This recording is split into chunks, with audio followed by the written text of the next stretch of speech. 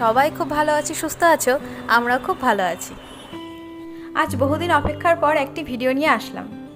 ভিডিওর থাম্বনেল দেখে হয়তো বুঝেই গেছো আজ তোমাদের কোথায় নিয়ে যাচ্ছি। তো আজকে চলো সেদিকে যাওয়া যাক। আজ তোমাদের নিয়ে যাব দিল্লির ইন্ডিয়া গেট। এই যে দেখতে পাচ্ছ দিল্লি স্টেশন, এর বাইরে বিভিন্ন গাড়ি দাঁড়িয়ে থাকে। তবে অনলাইন বুকিং করে গাড়িটা নয় ভালো, সেখানে দামটাও ঠিকঠাক পাওয়া যায়। তো সেটা নিয়ে তোমরা চলে যেতে পারো ইন্ডিয়া গেট। এখান থেকে দিল্লি স্টেশন থেকে মাত্র 15 মিনিটের রাস্তা। তোমরা তো আগেই দেখেছো যে যখন আমরা কাশ্মীর গিয়েছিলাম, কাশ্মীর যাওয়ার আগে আমরা দিল্লি পৌঁছেছিলাম এবং দিল্লি থেকে আমাদের ফ্লাইট ছিল। তো সেই দিল্লিতে নামার পর ফ্রেশ হয়ে খাওয়া দাওয়ার পরেও দেখেছি অনেকটা সময় হাতে বেঁচে আছে ফ্লাইটের সময় থেকে। তো বরকে বললাম যে চলো একটু দিল্লি ইন্ডিয়া গেটটা দেখে আসি, কারণ এই রাস্তায় তো পড়ে। আগেই এয়ারপোর্টে গিয়ে বসে থেকে কি করব, তার থেকে ভালো হয় একটু যদি একটা জায়গা ঘুরে যাওয়া যায়। প্রথমে তো যেতে রাজি হচ্ছিল না, যদি জ্যামে আটকে যাই, যদি গাড়ি খারাপ হয়ে যায়, যদি অনেক কারণ দেখানোর পরেও আমি এক প্রকার জোরপূর্বক নিয়ে গেছি। তবে হাতে সময় দিয়েছিল অনলি 15 মিনিট, যে 15 মিনিটের মধ্যেই কিন্তু ঘুরে আসবে, তার বেশি সময় নষ্ট করবে না। তাও রাজি। তো আমরা চলে আসলাম এবার ইন্ডিয়া গেটে। একটু সার্কেলের মতো ঘুরিয়ে তারপর আমাদের সামনে দাঁড় করালো। তো গাড়িটা যেহেতু আমরা বেশিক্ষণ দাঁড় করাবো না, কিন্তু পার্কিংয়ের ভালো ব্যবস্থা মানে ওই কিছু সময়ের জন্য ছিল না, সেজন্য গাড়িটাকে আমাদের ছেড়ে দিতে হয়। তো এবার আমরা ঢুকে পড়ছি ইন্ডিয়া গেটের ভিতর। ইন্ডিয়া গেট আছে ওই সাইডে, আগে হাঁটতে হাঁটতে এদিক দিয়ে যাবো। বড় বড় লাগেজ নিয়ে আমরা এখান দিয়ে যাচ্ছি। ওই যে দেখতে পাচ্ছ দূরে ইন্ডিয়া গেট, চলো এবার সেদিকে যাওয়া যাক। তবে তোমরা বলো দিল্লি এর আগে তোমরা কতবার এসেছো? আমি তো এই প্রথমবার আসলাম। দিল্লির আবহাওয়াটা যেন কেমন লাগছে না, যেমন চারিদিকটা মনে হচ্ছে যে কুয়াশা। আসলে আমার ক্যামেরা কিন্তু দোষ না, তোমরা আমার ভেবো না যে আমার ক্যামেরাতেই হয়তো দোষ। দেখো কাশ্মীরটাও কিন্তু আমি এই ক্যামেরাতে ক্যাপচার করে তোমাদের দেখিয়েছি, হ্যাঁ।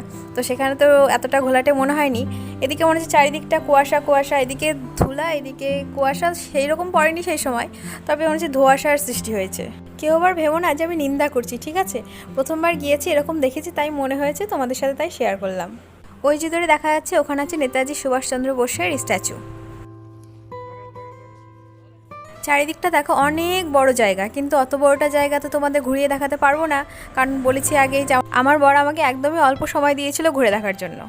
তো সেইটুকু সময়ের মধ্যেই আমি যতটুকু দেখবো তোমাদেরও ততটা কি দেখানোর চেষ্টা করছি।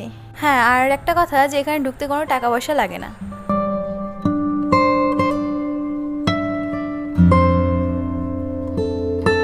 এই হলো গিয়ে আমাদের ইন্ডিয়া গেট, ভারতের জাতীয় সৌধ।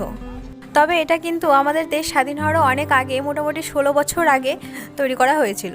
ইন্দো আফগান যুদ্ধ এবং প্রথম বিশ্বযুদ্ধে যেসব ভারতীয় সেনারা শহীদ হয়েছিলেন তাদেরই স্মৃতিতে এই সৌধটা তৈরি করা হয়েছিল।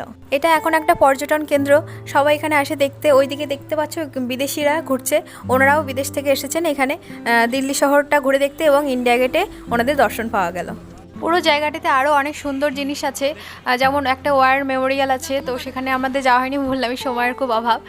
এটা দেখো কত সুন্দর লাগছে দেখতে, পাখিরা আপন মনে এদিক থেকে ওদিক ঘুরে বেড়াচ্ছে, ওরাও ইন্ডিয়া গেটটাকে দর্শন করতে এসছে।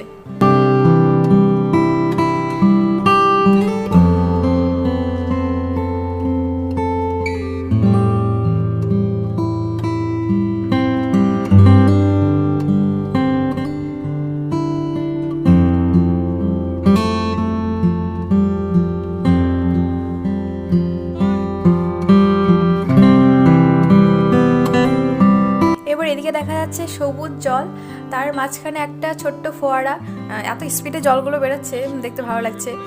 তো আজ এখানেই শেষ। দিল্লি নাকি দিলওয়ালো কা শহর। তো একদিন হাতে সময় নিয়ে অবশ্যই এখানে আসতে হবে ঘুরে দেখার জন্য, পুরো দিল্লি শহরটা ঘুরে দেখার জন্য। এখনও বাকি থাকলো আগ্রার তাজমহল, ওদিকে লালকেল্লা, অনেক কিছু, সেগুলো সব খাতার পাতায় তোলা থাকলো। তোমরা কাশ্মীর পর্বগুলো দেখেছো এবং অনেক ভালোবাসা দিয়েছো, তার জন্য অনেক ধন্যবাদ। আর যারা এখনও দেখোনি কাশ্মীরের পর্বগুলো, তারা অবশ্যই আমার এই চ্যানেলে দেখে নিও, আমি ডেসক্রিপশনে লিঙ্কগুলোও দিয়ে দেবো।